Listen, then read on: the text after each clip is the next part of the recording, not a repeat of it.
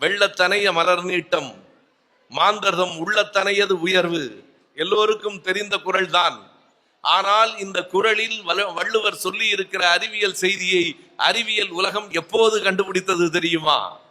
அடிப்படையாக அறிவியல் உலகம் 17-18ஆம் நூற்றாண்டிலேதான் லாரன் அலெக்சாண்டரும் ஹவாய் தீவுகளிலே பிறந்த இசபெல்லா அபாட் என்கிற அறிஞரும், இசபெல்லா அபாட் இப்போதுதான் 2010 91 வயதிலே இறந்து போனார்.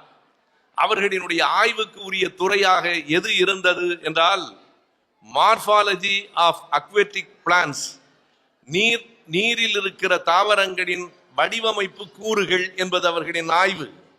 அந்த ஆய்வாளர்கள் விஞ்ஞானிகள் என்ன கண்டுபிடித்தார்கள் என்றால், நீரிலே இருக்கிற தாவரங்கள் இருக்கின்றனவே, அவற்றின் தண்டுகள் நீரின் உயரம் கூடும் போது கூடும், குறையும் போது குறையும் என்கிற விஞ்ஞான உண்மையை 18ஆம் நூற்றாண்டில் கண்டுபிடித்தார்கள்.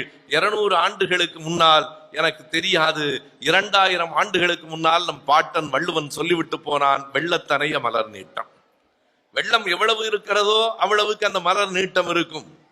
இதனை அவன் 2000 ஆண்டுகளுக்கு முன்னால் ஒரு உவமையாக மட்டும் சொல்லி வாழ்க்கைக்கு அடுத்த வரியை சொன்னான், வெள்ளத்தனைய மலர் நீட்டம், மாந்தர்தம் உள்ளத்தனையது உயர்வு. உங்களின் உயர்வு எதை ஒட்டியதாக இருக்கும் என்றால், உங்களின் மனம் எவ்வளவு உயர்ந்ததாக இருக்கிறது, உங்களின் எண்ணம் எவ்வளவு உயர்ந்ததாக இருக்கிறது என்பதை பொறுத்துத்தான் உங்கள் வாழ்க்கையின் உயரம் இருக்கும் என்று வள்ளுவன் சொன்னான்.